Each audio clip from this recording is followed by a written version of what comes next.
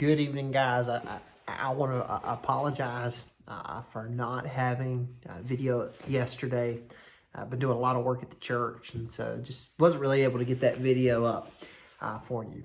But I'm going to start a couple videos here over the next couple of weeks, and I'm going through my 2021 rods. And so, man, when I got to thinking about this, I got a few that I want to run through with you tonight. And these are my crankbait rods. If you guys are familiar with the channel, you guys know I love to throw crankbaits. And so I have a pretty detailed system that I use. And so we're going to start with my biggest rods and work my way down. One of these rods you'll actually see in another video, and that'll be my spinning rods. But I kind of wanted to mention it here, and I'll mention it in passing because it's what I throw a lot of my shad wraps on. So let's dive right into this. The first rod that when I think about my 2021 rod arsenal is my deep cranking rod. Now, I have two deep cranking rods. We'll get into the other one next.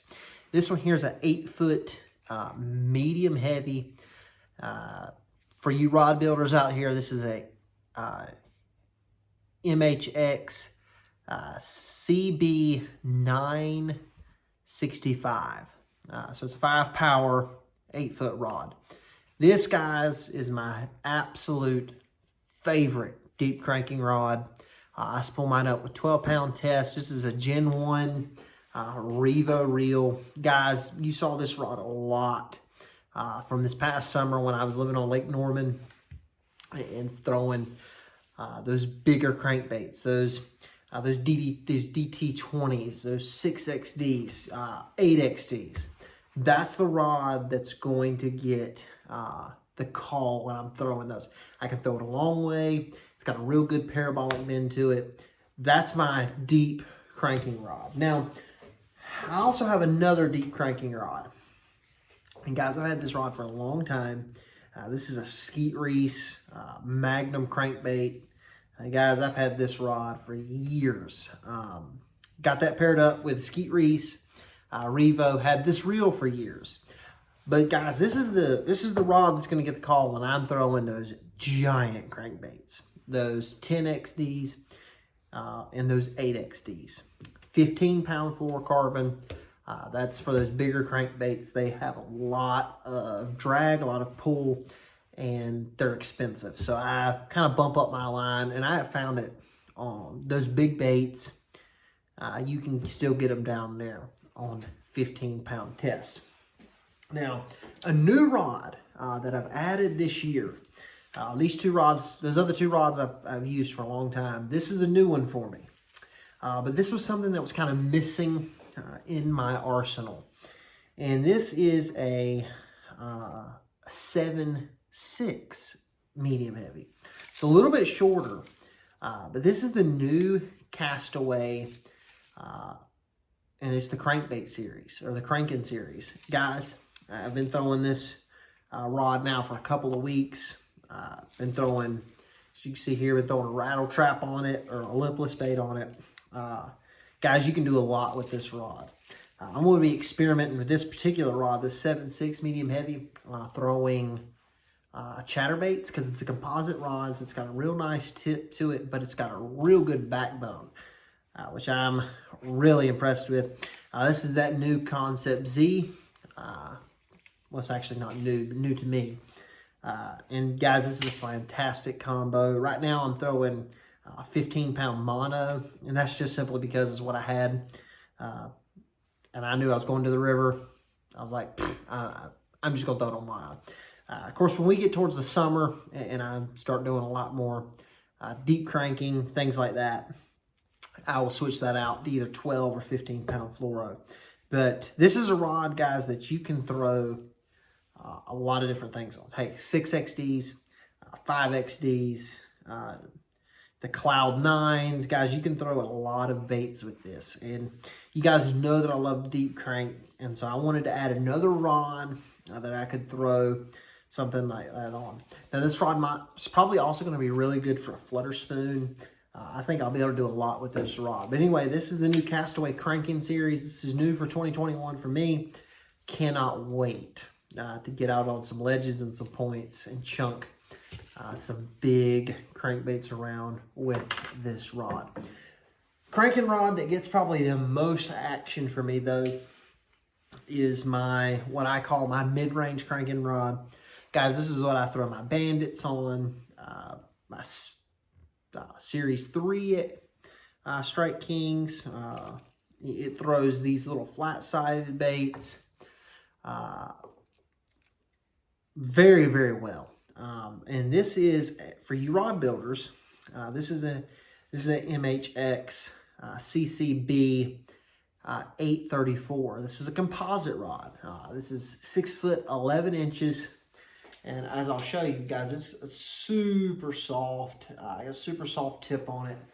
It really allows this fish to get those baits. Of course, I've got this paired up with a Revo X. Right now I'm throwing 12-pound fluoro because I'm fishing a lot of tidal rivers, fishing around a lot of barnacles. And so that 12 pounds seems to be the best. This rod will also throw my DT6s, DT10s, DT16. It's starting out like the DT16. It gets a little bit heavy for it. That's why when I would go over to this Castaway, but like your DT14s, guys, that rod right there is fantastic. Now, another rod that gets a lot of use in my arsenal is this one. As you can see right now, I got a DT6 tied on in Demon. This is a 6'8", medium moderate action. Got that paired up with a Corrado DC, 10-pound fluorocarbon. And guys, this is the rod that if I'm in the springtime, in the summertime, I'm throwing a mid-range crankbait on, this is the one that I'm going to be chunking it on. I did want to mention something about the previous rod though, this composite rod. I also throw my square bills on this rod. I'll change out the reel and go up to 15 or 17-pound test and throw square bills on that rod, and it handles it fantastic. Final rod for my crankbait. Now this is just my cranking rods. We'll get into some of the other ones in a later video. But if you guys have been watching the channel recently, you guys know I've been throwing shad wraps. This is a Series 5. And these little balsa wood baits are extremely hard to throw on a bait caster. And so for that, I go over to a spinning rod. This one here is a 6'6" light, but it's the way it kind of bends. I'll show it to you here. It's kind of it's kind of parabolic, and it's a little bit stiffer, to be honest, than a lot of light action rods. As a matter of fact, I would probably classify this more into medium light to medium action than anything. But guys, this is what I've been throwing, you know, my little itty bitty shad wraps on. I really only use this rod for cranking in the winter, but that's just because it throws these little crankbaits fantastic. And so guys, that's my cranking setup. As you can see, guys, I use a lot of rods for crankbaits. It's because I love to throw them. And if I was going to give you one piece of advice, it would be set yourself up to where you can fish a crankbait no matter where you are at. If you're out there and you're a big crankbait fisherman, guys, you really need 3 rods. You need a deep diving crankbait rod, something that you can throw the big plugs on, get them a long way out there. Then you need a mid-range crankbait rod or a square bill rod to kind of go down the bank. And then you kind of need something that you can throw those shad wraps on because they're just phenomenal baits. Well, guys, that's all I have for this first part 1 of my 2021 rod arsenal. And those are my crankbait rods. We'll get into some of my other rods, like my worm rods, jig rods, flipping sticks, in the next video, my spinning rods. But these are the rods that are pretty much exclusive for crankbaits, for crankbaits. or what I throw on them. And as you can see, I'm very detailed with my cranking rods, but it's because I love to crank.